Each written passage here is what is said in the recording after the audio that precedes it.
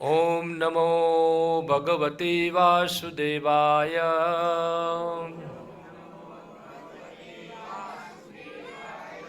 ओम नमो भगवते वासुदेवाय।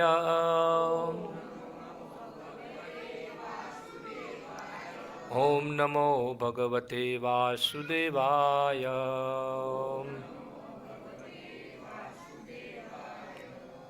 श्रीमद् भगवद गीता यथारूप अध्याय 2 श्लोक संख्या 39। मेरे पीछे दोहराइए। येषा ते अभिहिता सांख्ये बुद्धि योगे तु इमां शृणु बुद्धया युक्तः यया पार्थ कर्मबन्धं प्रहास्यसि। येषा ते विहिता सांख्ये बुद्धिर्योगे त्विमां शृणु बुद्धया युक्तो यया पार्थ कर्मबन्धं प्रहास्यसि। येषा ते विहिता सांख्ये बुद्धिर्योगे त्विमां शृणु बुद्धया युक्तो यया पार्थ कर्मबन्धं प्रहास्यसि। येषा ते विहिता सांख्ये बुद्धिर्योगे त्विमां शृणु बुद्धया युक्तो यया पार्थ कर्मबन्धं प्रहास्यसि। विहिता वर्णन किया गया सांख्य वैश्लेषिक अध्ययन द्वारा बुद्धि बुद्धि योगे निष्काम कर्म में तो लेकिन इमाम इसे शृणो सुनो बुद्धया बुद्धि से युक्तः साथ साथ सहित यया जिससे पार्थ हे पृथापुत्र कर्मबंधम कर्म के बंधन से प्रहास्यसि मुक्त हो जाओगे। अनुवाद एवं तात्पर्य कृष्ण कृपा मूर्ति अभय चरणारविंद भक्ति वेदांत स्वामी श्री प्रभुपाद द्वारा। यहाँ मैंने वैश्लेषिक अध्ययन यानी कि सांख्य द्वारा इस ज्ञान का वर्णन किया है। अब निष्काम भाव से कर्म करना बता रहा हूँ, उसे सुनो। हे पृथापुत्र, तुम यदि ऐसे ज्ञान से कर्म करोगे तो तुम कर्मों के बंधन से अपने को मुक्त कर सकते हो। तात्पर्य वैदिक कोश निरुक्ति के अनुसार सांख्य का अर्थ है विस्तार से वस्तुओं का वर्णन करने वाला तथा सांख्य उस दर्शन के लिए प्रयुक्त मिलता है जो आत्मा की वास्तविक प्रकृति का वर्णन करता है। और योग का अर्थ है इंद्रियों का निग्रह। अर्जुन का युद्ध न करने का प्रस्ताव इंद्र तृप्ति पर आधारित था।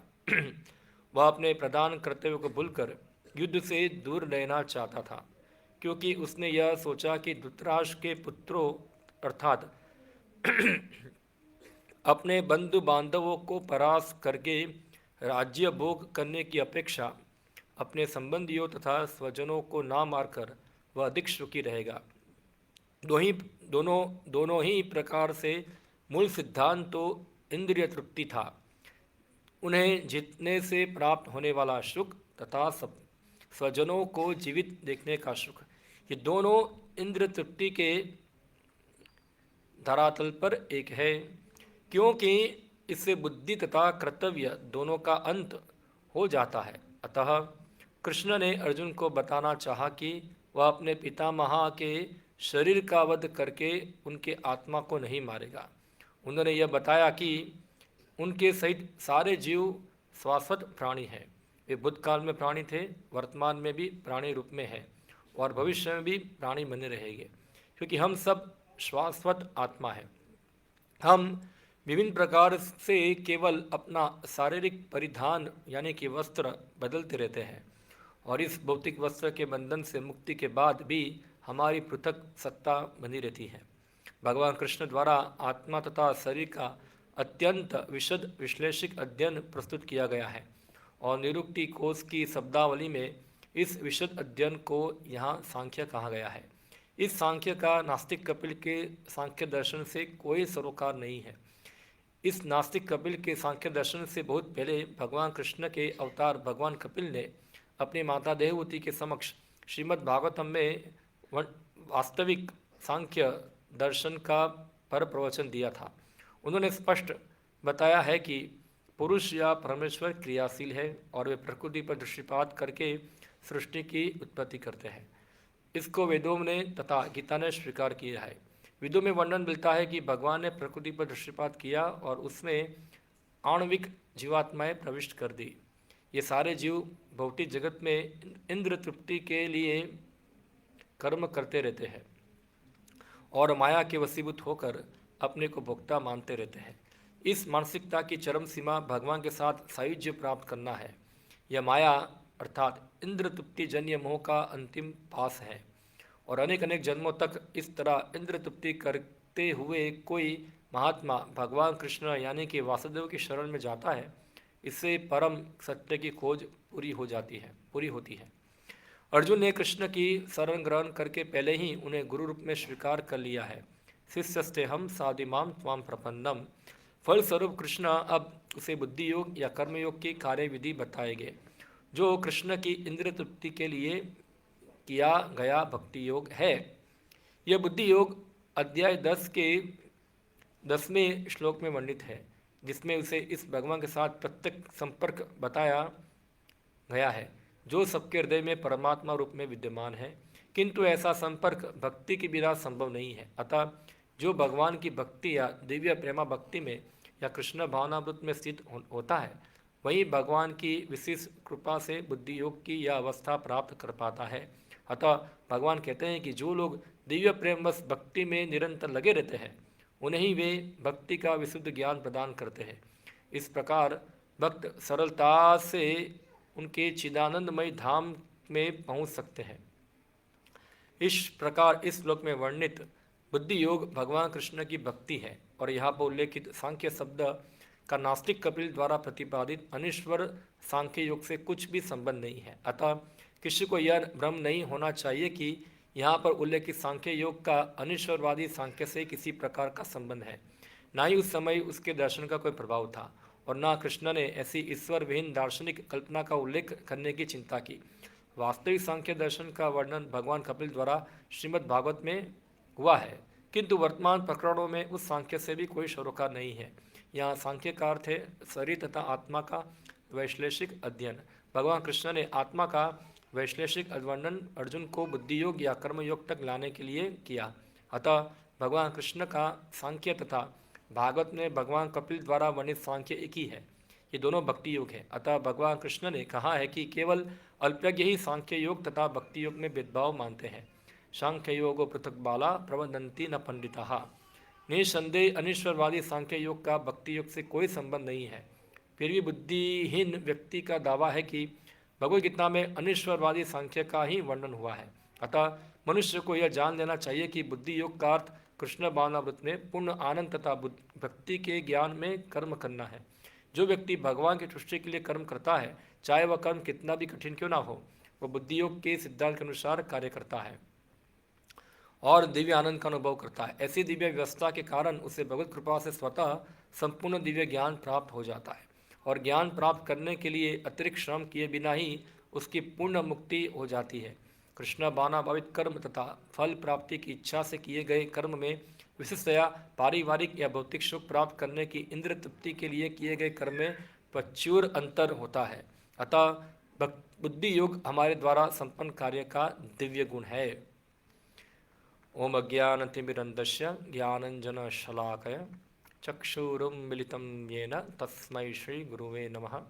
श्रीचैतन्यमनोभीष्टं स्थापितं येन भूतले स्वयं रूपः कदा मह्यं ददाति स्वपदान्तिकं।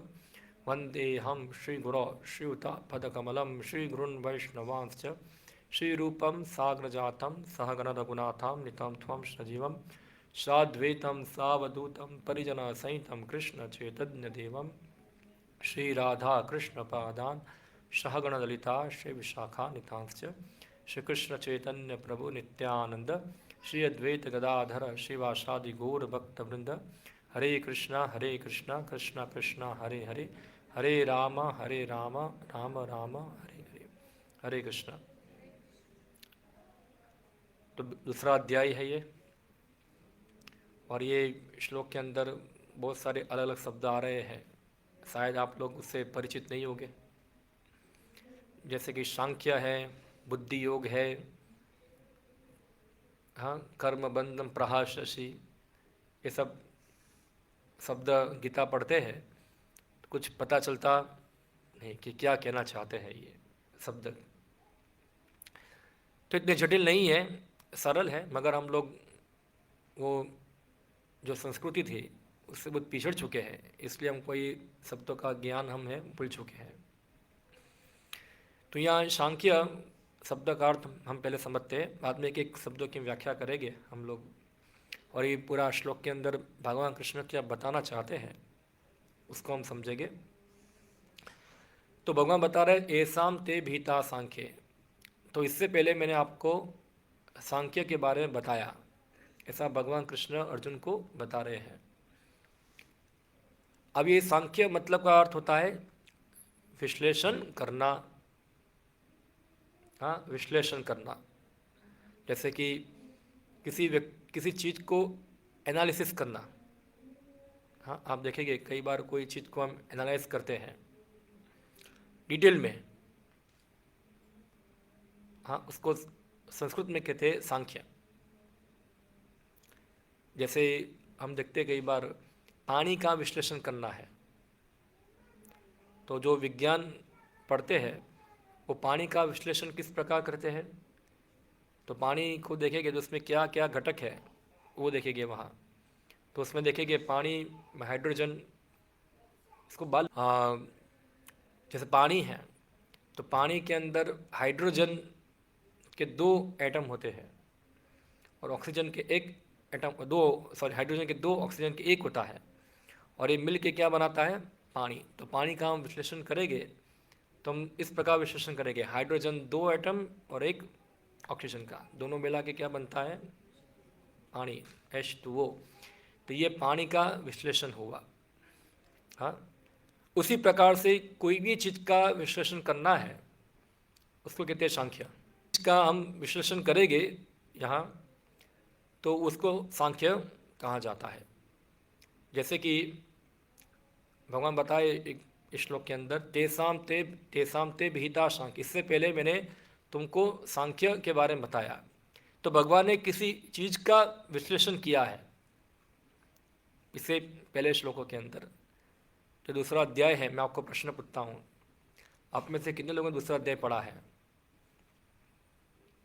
सेकंड चैप्टर कितने लोगों ने पढ़ा है आप में से गीता का? एक, माता जी में से एक। बाकी लोग दूसरा अध्याय नहीं पढ़ा अभी तक गीता का किसी ने?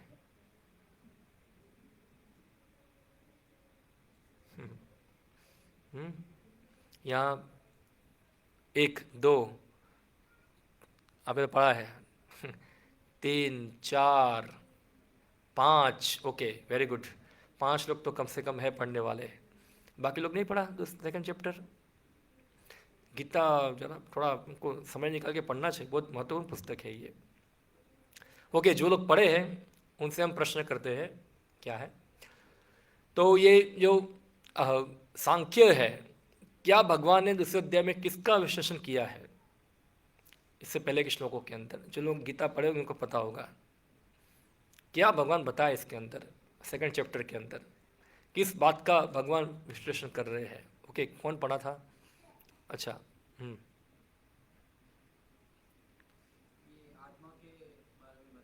यस, भगवान ने पदार्थ और आत्मा के बीच का अंतर बहुत विस्तार से बताकर क्या किया, इसका विश्लेषण किया। अगर आप दूसरा अध्याय पढ़ेंगे तो आपको सब एक श्लोक के अंदर भगवान विस्तार से विश्लेषण करते हैं।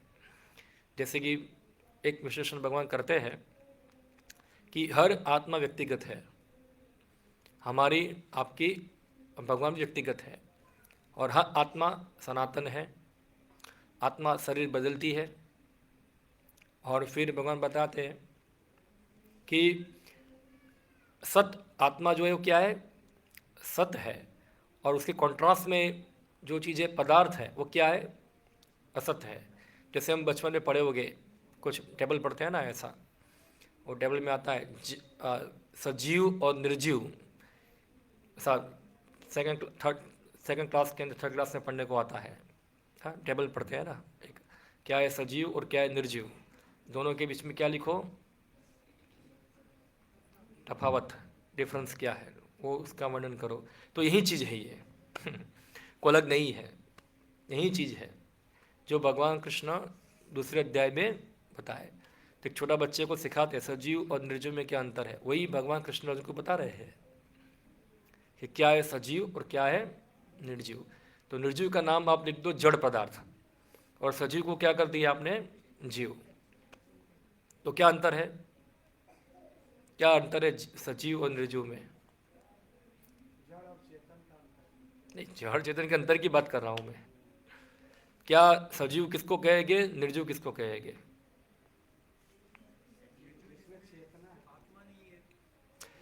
जो निर्जीव है वो अपने आप कुछ कर सकता है। ये टेबल क्या है, सजीव के निर्जीव है? वो कभी अपने आप कुछ कार्य कर सकता नहीं। इसको इसके ऊपर कोई सजीव होना ही चाहिए, वरना वो टेबल हजारों साल तक यहीं पड़ा रहेगा। उसका एक इंच भी मूवमेंट करा सकते नहीं है। कौन चाहिए इसके ऊपर? एक जीव चाहिए वर्क करने के लिए। और क्या है जड़ वस्तु का?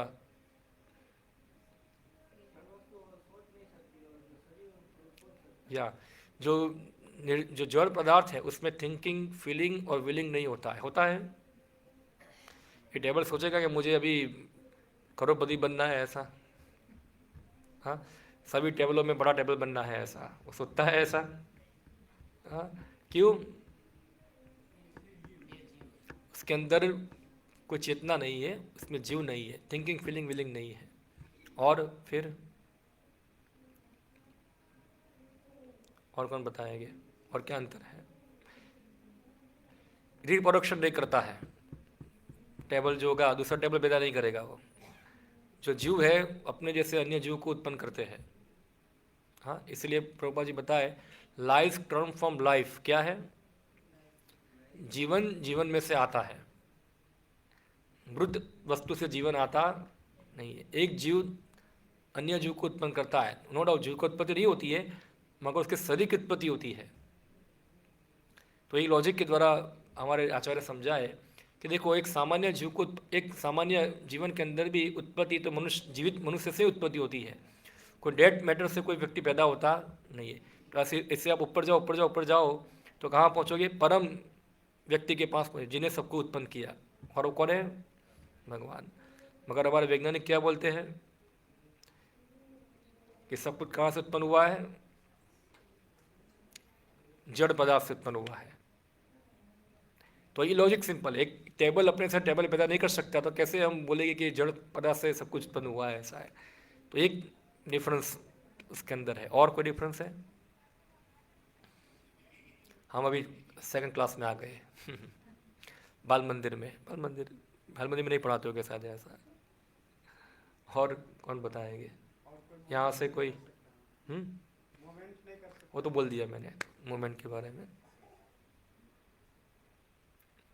और एक बहुत महत्वपूर्ण चीज़ है जो भगवान कृष्ण ये सेकंड चैप्टर में बताते हैं, डिफरेंस दोनों के बीच में। आत्मा वो तो है, निर्जीव में आत्मा नहीं है, मगर डिफरेंस क्या है एग्जैक्टली? वो तो थिंकिंग फीलिंग विलिंग में बता दिया। जो जड़ और चेतन वस्तु को एग्जैक्टली डिफाइन करता है कि ये जड़ है ये चेतन है, इसका डिफरेंस। हाँ, હમ તમે જોયું હશે, आपने देखा होगा, वो लोहार होता है, लोहार, वो कई बार ऐसा पंप आता है ना, दिखा आपने ऐसा, ऐसा क्या बोलते हैं उसको, धामन धामन धामन उसको। तो वो भी तो श्वास अंदर लेती है जाती है, तो क्या वो सजीव है कि निर्जीव है? हाँ, वो भी तो सांस अंदर खींचती है ना, अंदर जाती आती है पूरा। अगर यही डिफाइन करे कि सांस अंदर जाना बाना, तो वो भी जाता अंदर बाहर निकलता है, दामन का। ये उदाहरण भागवतम में आता है। वो सुखदेव गोस्वामी बताते हैं कि क्या दामन सांस नहीं लेती है? ओके, सही है, गलत नहीं है, खाली ऐसे एलोबरेट करने के लिए बता रहा हूँ। और कुछ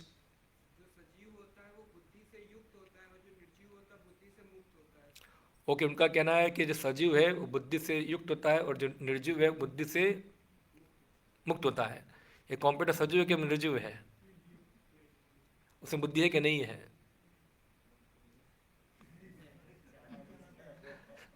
अब कई बार कंप्यूटर के साथ कई बार गेम खेलते हैं ना लोग, तो कैसे उसको पता चलता है कैसा करना चाहिए? तो सजीव की निर्जीव है, क्या बताया कि सजीव है? और बुद्धि का डिफरेंस लेके तो क्या होगा? वो डिटेल है, मगर अगर हम बुद्धि का बात करें तो क्या है? तो आपके आर्ग्यूमेंट को डिफीट कर देंगे ये लोग। अगर बुद्धि से ही डिफरेंस करना चाहे तो ये कंप्यूटर में बुद्धि ज़्यादा होती है, नहीं होती है? हाँ, कौन बताएगा?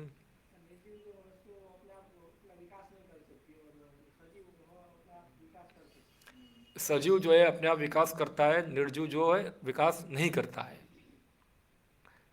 तो कई बार हम देखते हैं कि सब केमिकल इकट्ठा होकर नया केमिकल बनाते हैं, कैसे होता है ये? सब केमिकल बन के नया केमिकल नहीं बनाते हैं, कोई अलग अलग होता है ना, चेंजेस होता है। जैसे बादल से पानी बनता है, तो विकास हुआ क्या? नहीं हुआ, कुछ चेंजेस तो हुआ, रूपांतर तो हुआ उनका, ट्रांसफॉर्मेशन होता है। सजीव का एवोल्यूशन होता है, और निर्जीव का एवोल्यूशन नहीं होता है। इसलिए टेबल है, टेबल का एवोल्यूशन नहीं होगा। सजीव का एवोल्यूशन नहीं होता है, सजीव के शरीर का एवोल्यूशन होता है, सजीव का एवोल्यूशन नहीं होता है। जीव का एवोल्यूशन मीन्स जीव तो वही होता है, उसके शरीर का एवोल्यूशन होता है, मनुष्य जीवन के अंदर। बाकी जीव अंतर नहीं। ओके, मैं आपको बहुत बड़ा, सबसे बड़ा अंतर बताता हूँ क्या है, जो याद कर लो आप, और आपने सुना भी है मगर अब पता नहीं आपको क्लिक नहीं हो रहा है ये क्या है। जो सजीव है वो कभी भी नाशवान नहीं है। क्या ये? नाशवान नहीं है। और निर्जीव है, उसको हम कभी भी खत्म कर सकते हैं, तोड़ सकते हैं, इसको जला सकते हैं, उसको आप कर सकते हैं। जो आत्मा है वो नाशवान नहीं है। ये सबसे बड़ा डिफरेंस है जो भगवान ने अर्जुन को बताया। समझे क्या है डिफरेंस? हाँ, तो अभी हम जलाते हैं तो क्या जलता है? शरीर जलता है, क्योंकि शरीर क्या है? ये टेबल और ये शरीर में कोई ज़्यादा अंतर नहीं है। समझे? यही हमको समझना है ये चीज़ को, यही इसको ही भगवान विश्लेषण कर रहे हैं चीज़ का। इस शरीर में और एक टेबल में कोई ज़्यादा अंतर नहीं है, यही पदार्थ है, शरीर भी पदार्थ है। मगर क्योंकि शरीर जो है चेतना के साथ जुड़ा हुआ है, इसलिए शरीर के अंदर मूवमेंट दिख रही है हमको, वरना शरीर में अपने आप को शक्ति नहीं है मूवमेंट करने की। शरीर तो एक जड़ पदार्थ का पिंड ही है और कुछ नहीं है। जैसे ही इसमें से आत्मा निकल जाता है, शरीर अपने आप जड़ पदार्थ बन जाता है। तो ये डिफरेंस हमको याद रखना है। सबसे महत्वपूर्ण डिफरेंस क्या है? जो निर्जीव है हमेशा नाशवान है, इसलिए इसको कहते हैं असत। क्या कहते हैं? असत। और जो सजीव है वो कभी भी नाश होता नहीं, इसलिए इसको कहते सत, शाश्वत। समझ रहे? अभी अभी ये डिफरेंस हमको आगे समझना है क्या है। तो भगवान ही अर्जुन को बता रहे हैं, देखो जो शरीर है, जो असत है, उसका नाश असंभावी है, वो तो होना ही है। वो क्या है? उसका होना ही है। तुम कितने प्रयास करो उसको रोकने का, वो होगा ही, क्योंकि वो क्या है? पदार्थ है। मगर इसके सामने भगवान बताते जो जीव है उसका कभी नाश होगा नहीं, वो हमेशा रहेगा ही। हो गया डिफरेंस। फिर भगवान ज़्यादा विस्तार समझाते हैं कि जो जीव है ना तो उसको जलाया जा सकता है, यानी कि जितनी भौतिक क्रियाओं द्वारा हम निर्जीव वस्तु को असर करते हैं, ये सब चीज़ जो है जीवों के ऊपर असर होती नहीं है, आत्मा के ऊपर उसकी असर होती नहीं है। यानी कि आप आत्मा को जला सकते नहीं है, आप उसको सुखा सकते नहीं है, आप उसको पानी में घुल सकते नहीं है, आप उसको शस्त्र से काट सकते नहीं है कि चलो जैसे शरीर हमारा है उसको हम दो भाग में विभाजित कर देंगे, मगर आत्मा को ऐसे नहीं कुछ काट के दो आत्मा बना दिया है, ऐसा वो होता नहीं है। और बहुत सारे उदाहरण भगवान ने दिए। अचिंत्यम, अचिंत्य है ये, सूक्ष्म है, स्थावर और सर्वव्यापी है, पूरा चेतनमय है, सब जगह आत्मा है। ये सब भगवान कृष्ण ने अर्जुन को विस्तार से दूसरे अध्याय में आत्मा और पदार्थ का विश्लेषण करके दिखाया। और फिर भगवान कृष्ण अर्जुन को समझाया, देखो अर्जुन तुम कौन हो, शरीर नहीं, तुम आत्मा हो, समझो ये शरीर तो नाशवानी है, इसलिए तुमको आत्मा के कल्याण के बारे में सोचना चाहिए, ना कि शरीर के कल्याण के बारे में। इस शरीर में तुम हो, मगर तुम मिथ्या ज्ञान के कारण सोच रहे हो कि तुम ये शरीर हो, और सामने जो तुम्हारे सगे संबंधी है वो भी क्या है, ये शरीर है, मगर वो शरीर नहीं है। तुम भी रहोगे, ये भी रहेंगे, वो भी रहने वाले हैं, ये कभी नाश होने वाले नहीं है। तो ये भगवान कृष्ण ने समझाया, विश्लेषण किया उसका। हाँ, और फिर अब ये जो श्लोक आता है यहाँ, जिसमें भगवान बताते हैं कि अर्जुन अभी तक मैंने तुमको सांख्य के द्वारा ये समझाया, अभी तुमको बुद्धि योग के बारे में बताता हूँ। अब इसके तात्पर्य हमने पढ़ा कि ये सांख्य जो है उसका वर्णन श्रीमद् भागवत में भी आता है।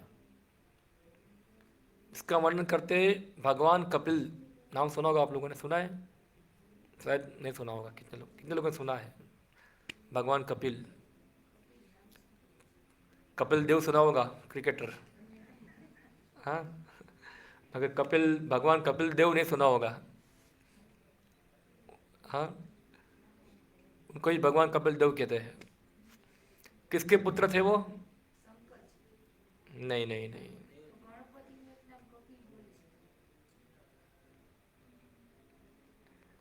कपिल देव भगवान कपिल, यहाँ एक फोटो का शायद है कि नहीं है? हाँ, शांता,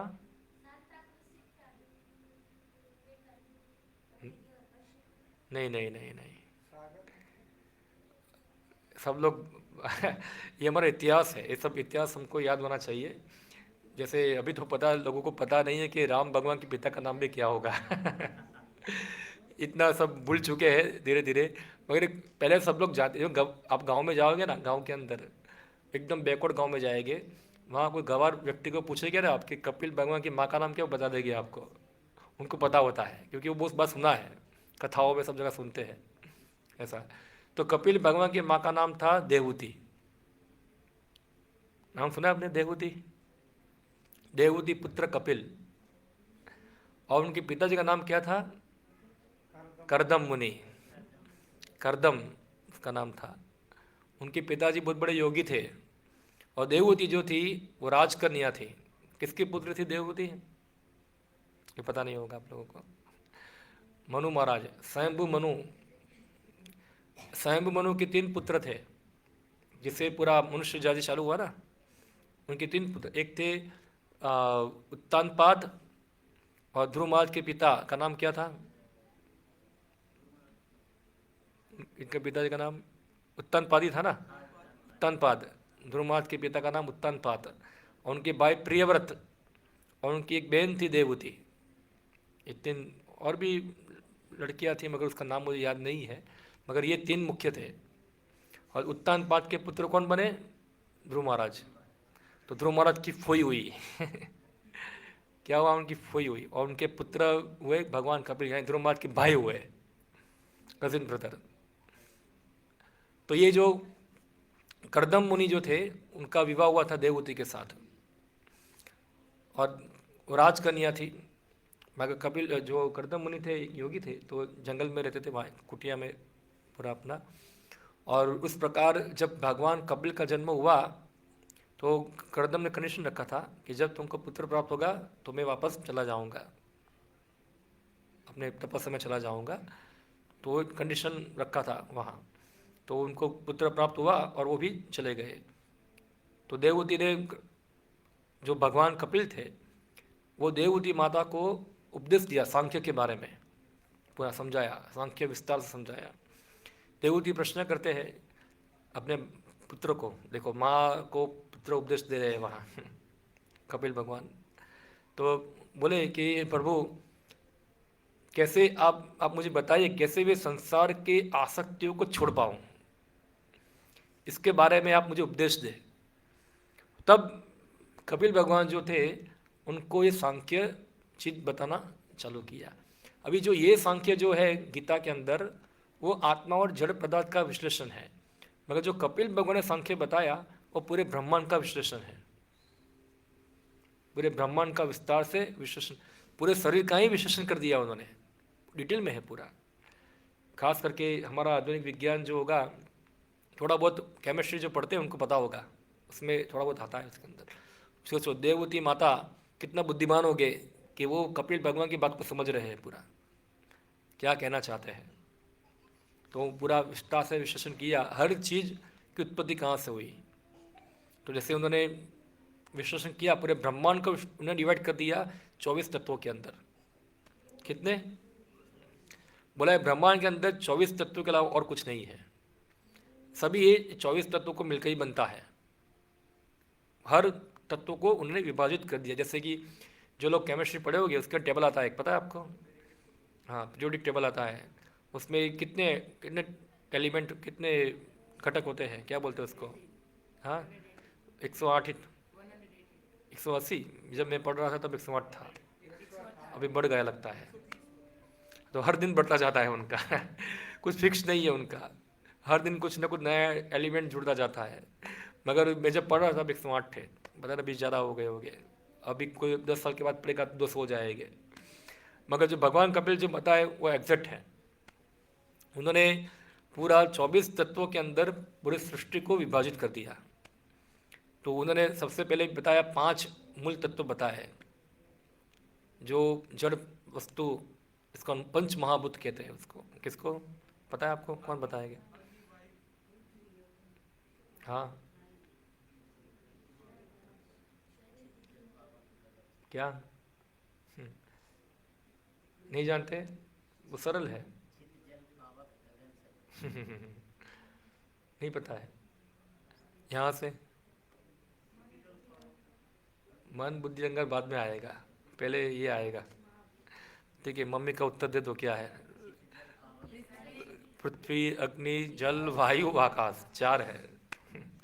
क्या है? पृथ्वी जल वायु अग्नि वायु आकाश, ये 4 जो है वो 5, सॉरी, पृथ्वी जल अग्नि वायु आकाश, 5 पंच महाभूत। और फिर आता है क्या है? फिर आप मन बुद्धि अहंकार आएगा, ये 3 सूक्ष्म है। और फिर और विभाजित किया उन्होंने, और 5 है, जिसको 5 प्रकार के कर्म इंद्रिया कहते हैं, जिससे कर्म होता है। 5 कर्म इंद्रिया और 5 ज्ञान इंद्रिया होती है। हाँ, जिससे हम कुछ भी प्रवृत्ति करते हैं, जो जो इसका माध्यम होता है कर्म इंद्रिया। और 5 ज्ञान इंद्रिया, जिससे हम कुछ भी ज्ञान को ग्रहण करते हैं।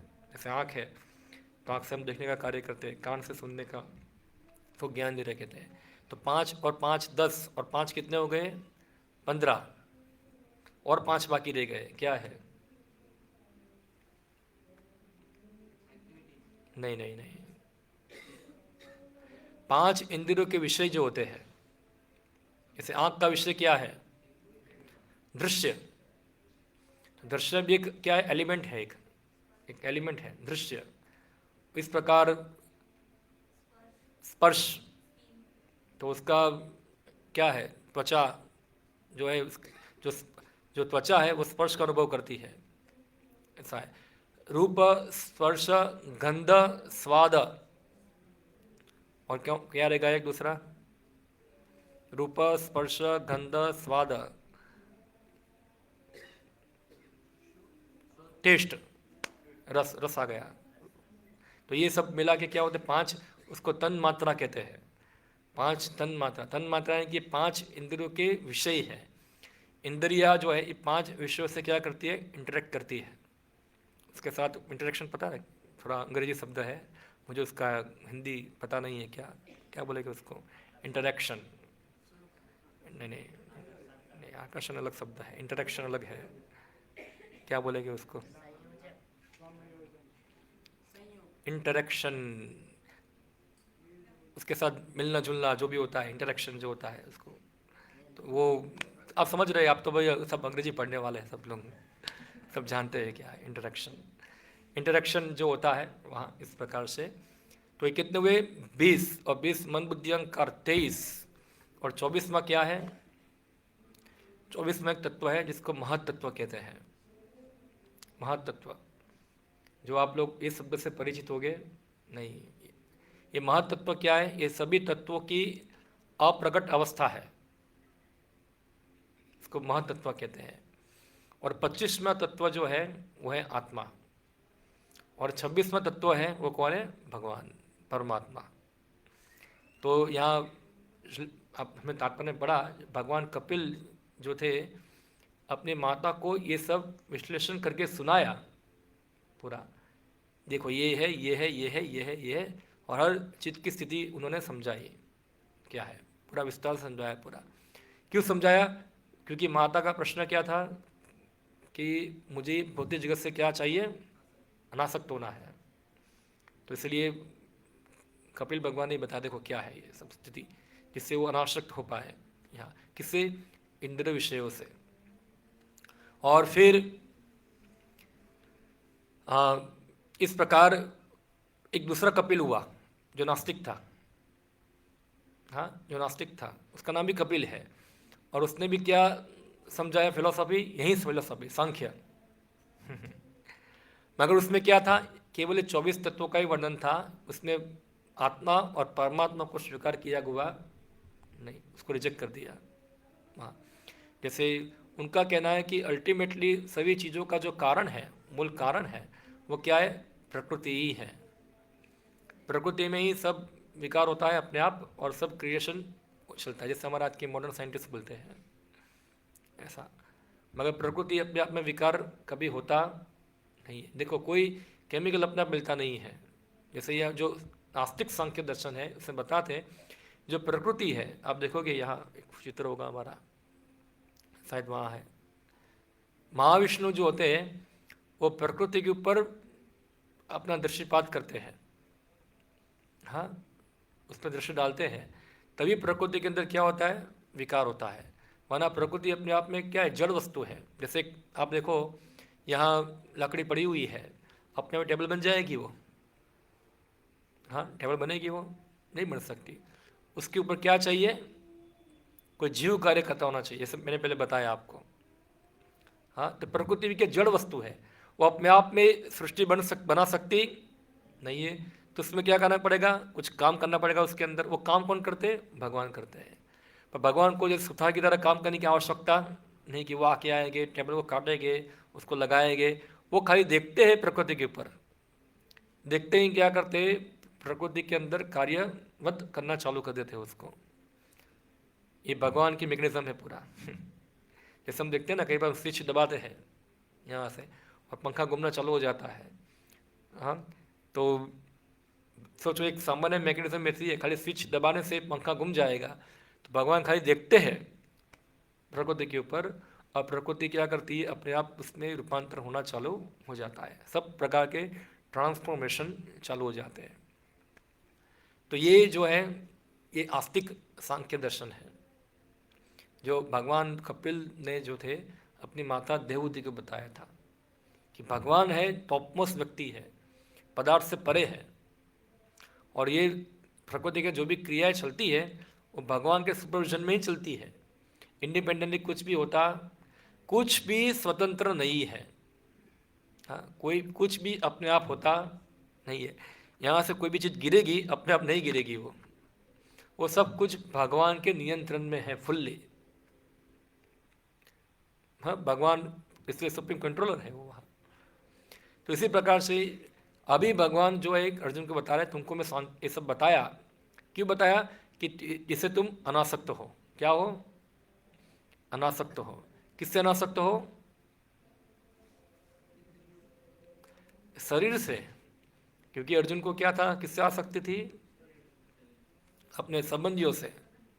वो सोचता था कि संबंधी मर जाएगा तो खत्म हो गया, मगर भगवान ने एक पूरा सेकंड चैप्टर के अंदर पूरा सांख्य विस्तार समझाया, जिससे अर्जुन समझ पाया कि जड़ पदार्थ क्या है।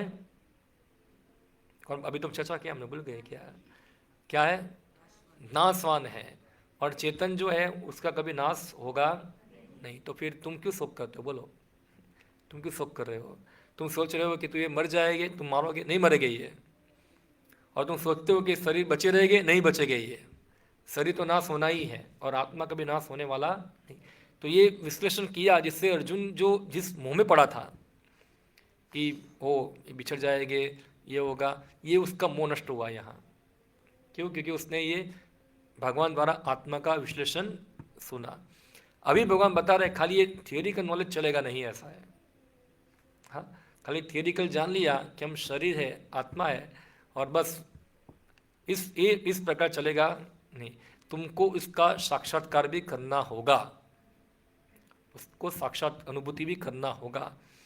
और उसको अनुभूति करने के लिए भगवान एक नेक्स्ट चैप्टर खोल रहे, एक नेक्स्ट सेक्शन चालू कर रहे हैं, जो है बुद्धि योग। हाँ, बुद्धिर योगे त्विमाम शृणु। देखो, ऐसाम ते भीता सांख्ये बुद्धिर योगे त्विमाम शृणु बुद्धया युक्तो यया पार्थ कर्म बंधम प्रहास्यसि।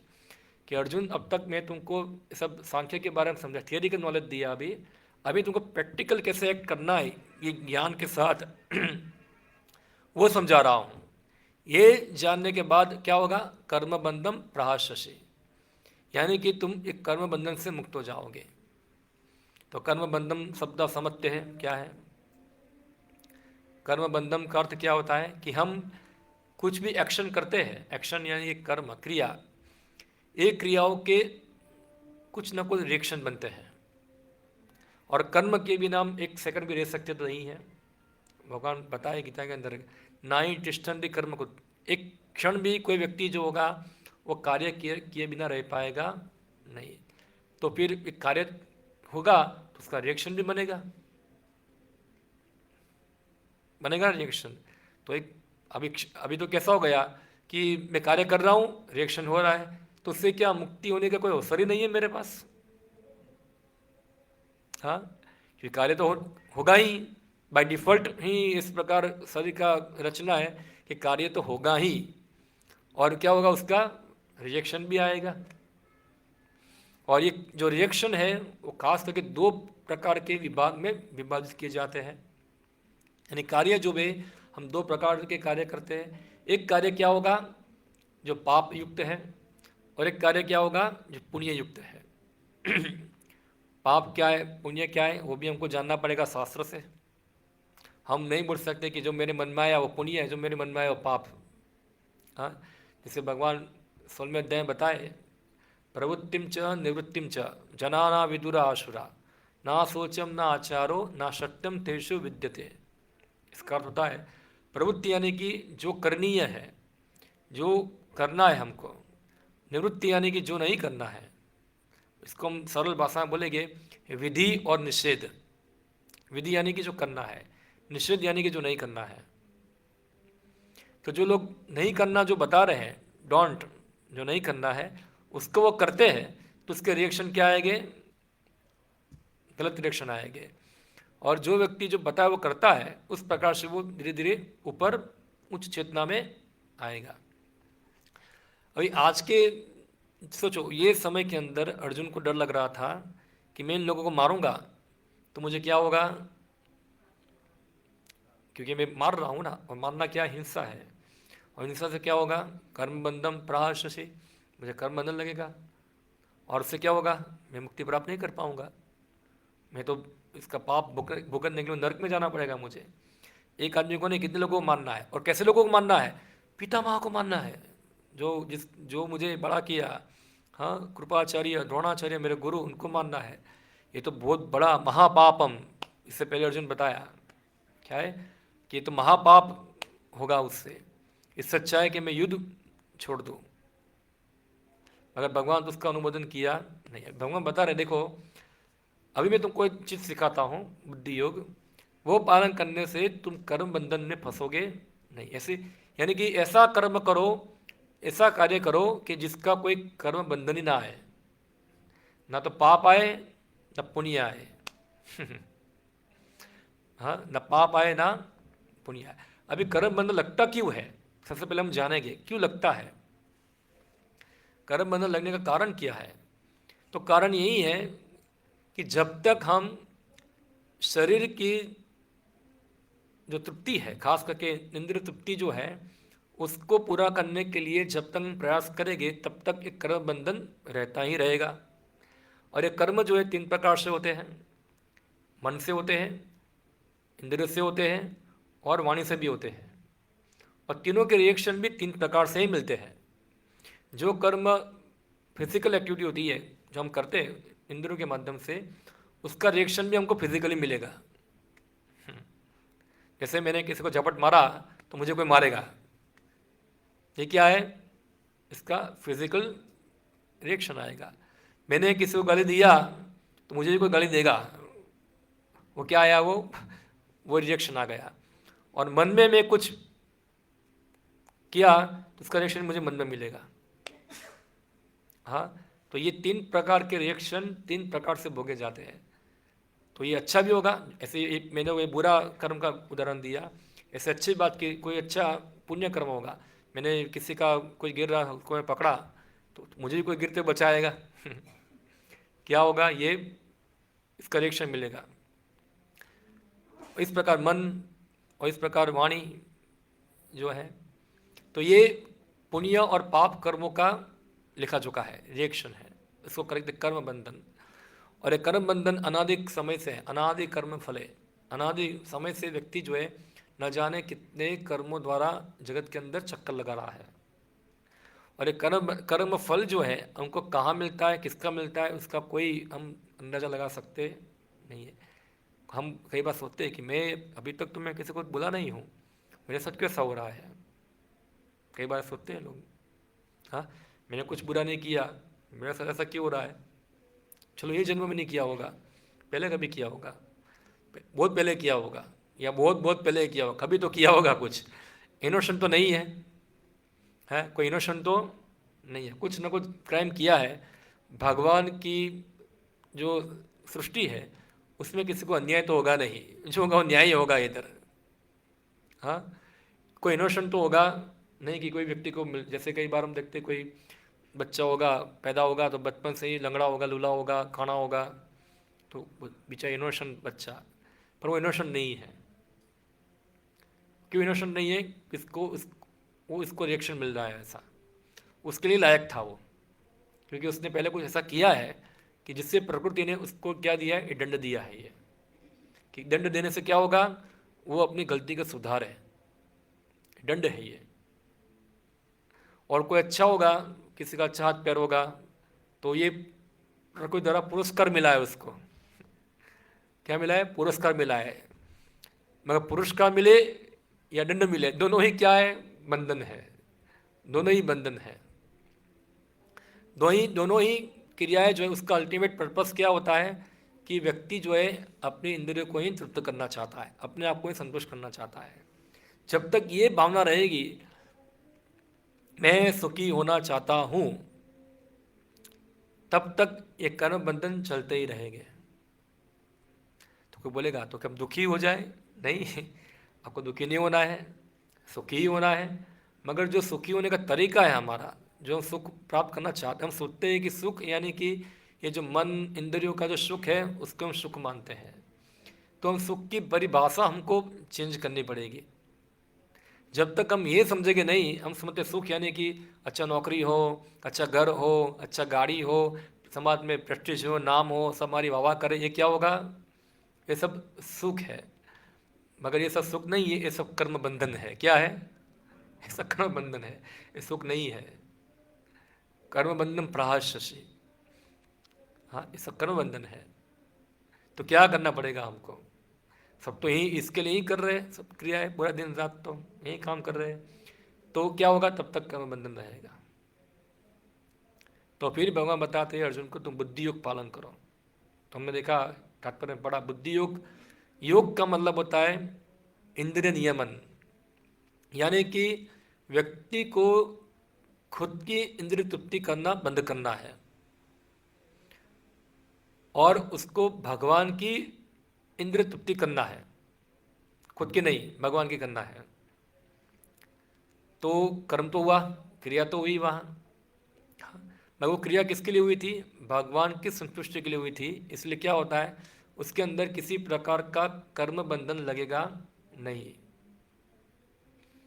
जैसे आपको बोलेगा कोई जाओ फूल तोड़ के आओ, आप फूल नहीं, कोई बोलेगा नहीं, आप खुद गए, ओ मुझे फूल चाहिए, मैं तोड़ लेता हूँ, तोड़ के मैं माला बनाऊंगा, खुद पहनूंगा, या तो फिर मेरी घरवाली को दूंगा, तो उसका क्या लगेगा, कर्म बंधन प्रहर्षि। क्या होगा, क्योंकि आपने खुद की इच्छा के लिए तोड़ा है, इसलिए क्या होगा, इसके लिए आप जिम्मेदार है, वो कर्म के लिए। तो आपको कोई तोड़ेगा आप जिम्मेदार हैं, क्योंकि आपने चोरी किया है। किसका चोरी किया है, भगवान की संपत्ति की चोरी की है, क्योंकि सब संपत्ति किसकी है, भगवान की है। कोई बोलता मैं खरीद के लिया है, ठीक है खरीद के लिया तुमने, मगर है तो संपत्ति भगवान की ही है। हाँ, तो यानी कि भगवान आप खरीद के ले रहे हैं, प्रकृति जो है, पूरी सृष्टि जो है, वो भगवान की संपत्ति है, और उस संपत्ति का में से उपयोग मनुष्य को इतना ही करना चाहिए जितना उसे आवश्यक है। हाँ, इस उपनिषद ने बताया ऐसा, ईशावास्य समिदम सर्वम, सब कुछ भगवान का है। तेना तक तेना बूंजी था, जिसका जितना एलोकेशन कोटा एलोकेट हुआ है, आपका 2 रोटी, आपका 4 रोटी, आपका 5 रोटी, आपका 6 रोटी, सबका कोटा क्या है, दिया गया है। तो अपना कोटा प्राप्त करके क्या होना चाहिए, संतोष मानना चाहिए, ना कि दूसरे का कोटा भी प्राप्त करना है उसका भी। तो ये क्या होगा, एक कर्म बंधन लगेगा, कर्म बंधन प्रहाश से वहाँ। तो इसलिए हाँ, जो प्रकृति जो है, जो भी जो पदार्थ है, सृष्टि है, अगर उसका उपयोग जो है हम खुद की एंजॉयमेंट के लिए करते हैं, खुद की सुख सुविधा के लिए करते हैं, तब तक हमको कर्म बंधन लगता रहेगा। हाँ, मगर ये सब पदार्थ जो है, सृष्टि है, उसका उपयोग हम करेंगे भगवान की सेवा में करेंगे, क्योंकि भगवान की सृष्टि है, भगवान की प्रॉपर्टी है ये, तो फिर हमको कोई कर्म बंधन लगेगा नहीं, वो सेवा हो जाएगी। वो क्या होगी, सेवा होगी। जैसे एक करोड़पति व्यक्ति की गाड़ी है, आप उसको लेके चले जाओ तो क्या होगा, आप चोर बन जाओगे। मगर आप करोड़पति को बोलोगे ठीक है सर कुछ नौकरी पकड़ दे दो ऐसा है, तो सर बोलेगा ठीक है गाड़ी चलाओ मेरी, चलो, तो क्या हो जाएगी, वो सेवा हो जाएगी, सेवा हो जाएगी। वो क्या है, चोरी नहीं है ये। तो इसी प्रकार से बुद्धि योग का मतलब होता है, बुद्धि यानी कि भगवान के मार्गदर्शन में कार्य करना, कृष्णा के गाइडेंस में कार्य करना। इसके बारे में श्लोक, बुद्धि योग शब्द आता है 10वें अध्याय के अंदर आएगा। हाँ, तेषाम सतयुक्तानाम भजताम प्रीतिपूर्वकम ददामि बुद्धि योगम तम ये न माम उपयांति ते। इसका अर्थ होता है तेषाम सतत युक्ता नाम, सतत युक्ता नाम, इसका अर्थ क्या होता है, सतत यानी कि 1 दिन भी नहीं, 2 दिन भी नहीं, 3 दिन भी नहीं, कितना, रोज, रेगुलरली 24 आवर्स। श्रील प्रभुपाद जी ने अनुवाद किया उसका 24 आवर्स। सतत युक्त, युक्त यानी कि जो भगवान की सेवा में युक्त है, जुड़ा हुआ है। तेसाम सतत युक्ता, किस प्रकार से, जबरदस्ती नहीं, प्रीतिपूर्वकम, क्या है, प्रीतिपूर्वकम, ये शब्द आया है, प्रीतिपूर्वक। जबरदस्ती भगवान सेवा ग्रहण करते नहीं, भगवान को हमारी सेवा की आवश्यकता, भगवान की सेवा करने के लिए बहुत सारे सेवक हैं। हाँ, लाखों लाखों सेवक जो है उनकी सेवा करने में तैयार रहते हैं, तो हमारी कुछ 2-3 सेवा कुछ भगवान के काम में आएगी नहीं शायद। तो मगर भगवान बताए तेसाम सतत युक्तानाम भजताम प्रीतिपूर्वकम, ये बहुत महत्वपूर्ण है। प्रीति, प्रीति यानी कि affection, love and affection, Shri Prabhupada ji ने अनुवाद किया इसका। हाँ, लव एंड अफेक्शन, प्रेम और लगाव के साथ। सतत युक्तानाम भजताम प्रीतिपूर्वकम ददामि बुद्धि योगम तम, मैं क्या करता हूँ, वो व्यक्ति को बुद्धि देता हूँ। भगवान जो है परमात्मा रूप में सबके हृदय में बैठे हुए हैं और वो बताते हैं क्या करना है। परसों हम पढ़ रहे थे, एक श्रील प्रभुपाद लीलामृत है, श्रील प्रभुपाद का जीवन चरित्र है, पूरा एक बुक है। बुक हम पढ़ रहे थे जब श्रील प्रभुपाद नए नए अमेरिका में थे, तो उनका प्रवचन सुनने के लिए कौन आते थे? हिप्पी लोग आते थे। हिप्पी यानी कि आप समझते क्या है? हाँ, सब ड्रंकर और सब नशा करने वाले, मिस सभ्य समाज से नहीं थे, असभ्य लोग थे। कभी महीने में एक माह स्नान किया नहीं किया, मगर ये लोग थोड़ा कीर्तन थोड़ा सुनते थे। इसमें 2-3 लोग ऐसे हुए जो कुछ काम धंधा नहीं था, तो श्री प्रभुपाद को बताए, स्वामी जी हम यहाँ रह सकते हैं आपके साथ? ठीक है, रह जाओ। 2 लोगों को रख दिया, 2-3 लोगों को रख दिया अपने साथ। और उनके कोई फ्रेंड थे जो आजू बाजू रहते थे, ऐसा है। तो रोज़ आते थे, कुछ खाना बनाते थे, कुछ प्रभुपाद को हेल्प करते थे बनाने में, ऐसे कुछ काम में प्रभुपाद लगाया उनको वहाँ। फिर क्या हुआ, धीरे धीरे एक दिन सब मित्र लोगों ने मिलकर सोचा, हम क्योंकि जो प्रभुपाद जो कक्ष के अंदर ऐसे व्याख्यान करते, ऐसे एक रूम है हमारा, ऐसे उनका एक स्टोर फ्रंट था। स्टोर फ्रंट यानी कि एक दुकान था। इस दुकान के अंदर उनकी एक गीता कक्षा चलती थी वहाँ, जिसमें श्रील प्रभुपाद जी गीता कक्षा उनको देते थे वहाँ। तो ये एकदम ठीक नहीं था। तो इन लोगों ने क्या सोचा, हम स्वामी जी आए इससे पहले ये कक्ष को पूरा सजाते हैं, ऐसा है, फर्स्ट क्लास सजाते हैं, इसको हम डेकोरेट करते हैं। तो इन लोगों ने क्या किया, सब मिलके चालू कर दिया। किसी ने पेंट कर दिया, कोई भारतीय दुकान में जाके लेके आ गया, सब चित्र लेके आ गया। और चित्र में एक हनुमान का चित्र था। तो एक वक्त पूछ रहा है, ये बिल्ली क्या है? ऐसा है, उसको पता भी नहीं कि हनुमान है ये। सोचो वो स्थिति थी उनकी, बोले बिल्ली क्या है? ऐसा है। तो वो चित्र सब लगा दिया और पूरा सुंदर तरह के सजा दिया। जब श्रील प्रभुपाद जी आए, रूम को देखा, वाह वेरी गुड, किसने किया? आप लोगों ने किया। वो खुश हो गए। श्रील प्रभुपाद जी बोले उनको, आप लोग प्रगति कर रहे हैं। क्या कर रहे हैं आप लोग? आप लोग भक्ति में प्रगति कर रहे हैं। क्यों? भगवान कृष्ण आपको बुद्धि दे रहे हैं किस प्रकार सेवा करना है। आपके अंदर सेवा भावना जग रही है, बुद्धि मिल रहा है आपको यहाँ। तो वो प्रसन्न हो गए श्रील प्रभुपाद की खाली इतना सुन के कि आप लोग प्रगति कर रहे, भगवान कृष्ण प्रसन्न हो रहे। उनकी जो भी मेहनत थी उसका परिणाम उनको मिल गया, रिजल्ट उनको मिल गया। तो ये है प्रीतिपूर्वकम सर्विस, तेसाम सतयुक्तानाम भजताम प्रीतिपूर्वकम। जो इस प्रकार करता है उसको और ज़्यादा आगे करने के लिए भगवान बुद्धि देते हैं, क्या करना है। कंफ्यूज नहीं होता है वो, क्या करना है क्या नहीं करना है, सब आइडिया बुद्धि जो है भगवान देंगे।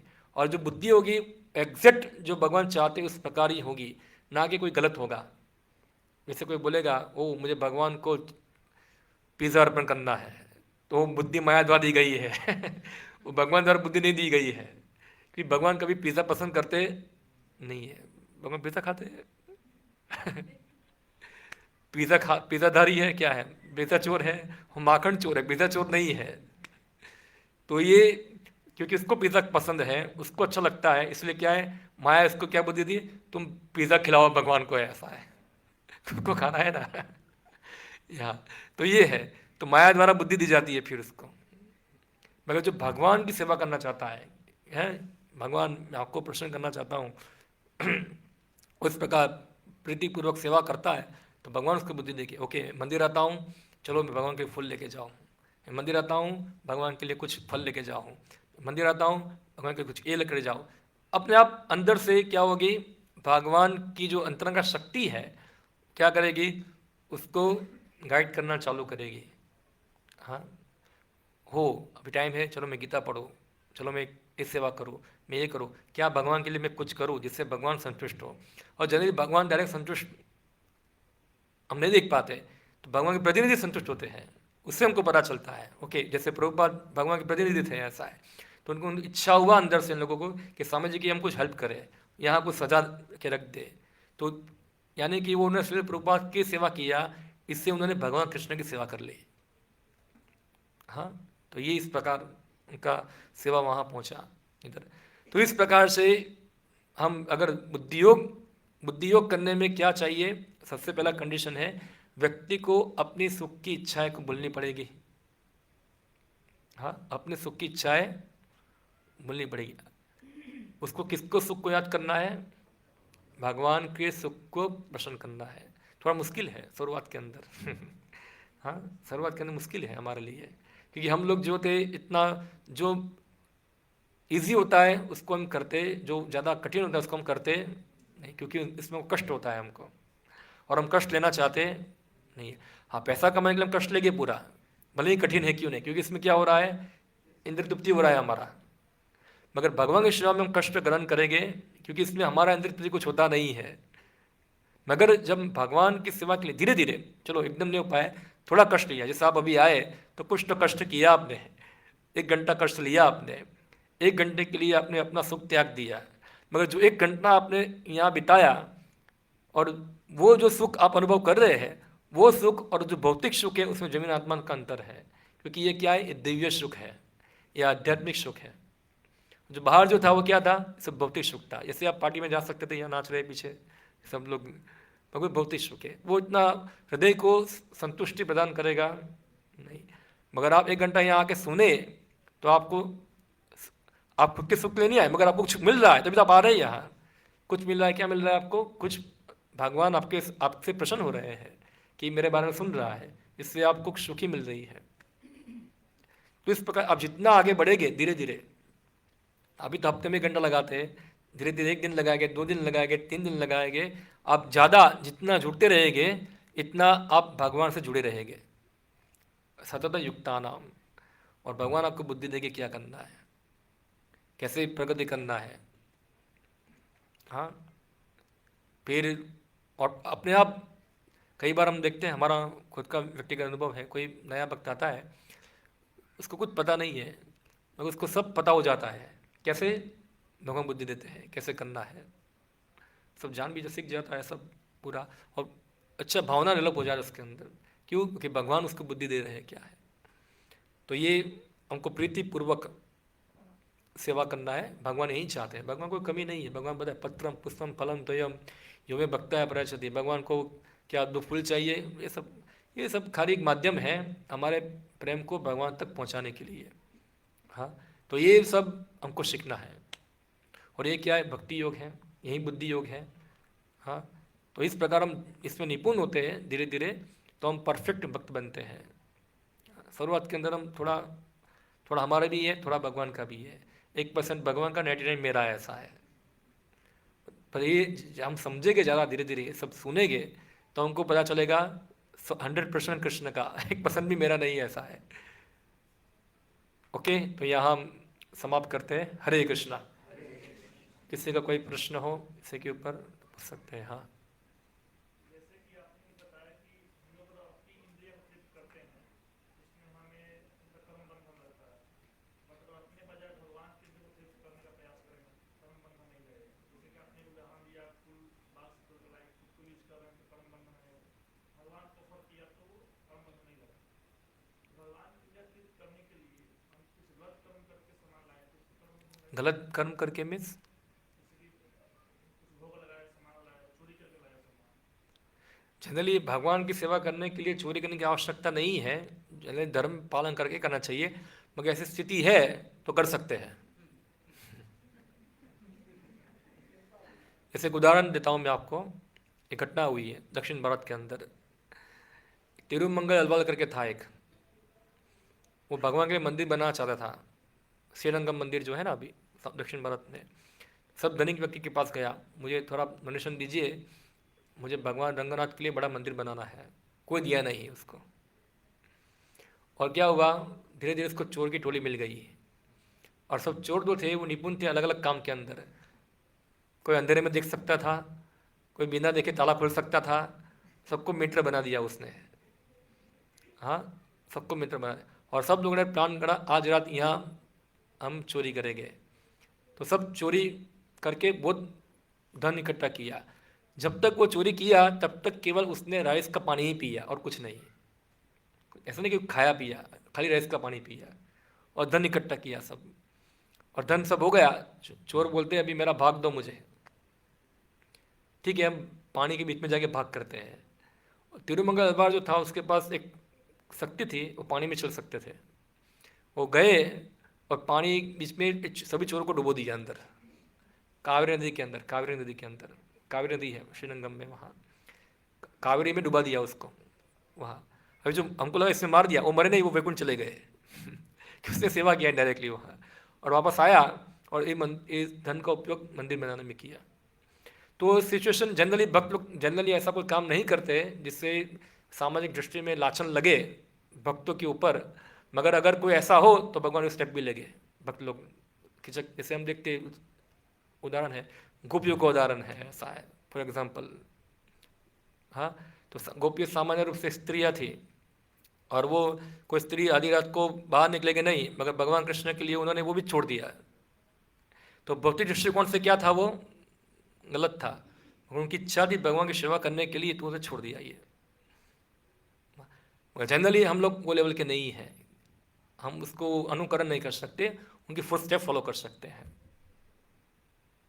हाँ, तो हमको चोरी नहीं करना है, जब तक हमको धर्म पालन करके हम भगवान, ऐसा सिचुएशन होगा तो हमको कोई प्रामाणिक व्यक्ति से मार्गदर्शन लेना चाहिए कि जो मैं कर रहा हूँ वो सही है कि गलत है। और अगर कोई प्रामाणिक व्यक्ति भी नहीं है, फिर भगवान बुद्धि देंगे हमको क्या करना है। अगर हम सिंसियर है, जेन्युइन है, तो भगवान हमारी बुद्धि को गाइड करेंगे, ना तुम चोरी कर रहे हो, सही है, करो जाओ और वही बुद्धि देंगे आपको कैसे करना है। मगर हम जेन्युइन नहीं है तो भी भगवान बुद्धि नहीं देंगे हमको कि भगवान ये नहीं चाहते हैं।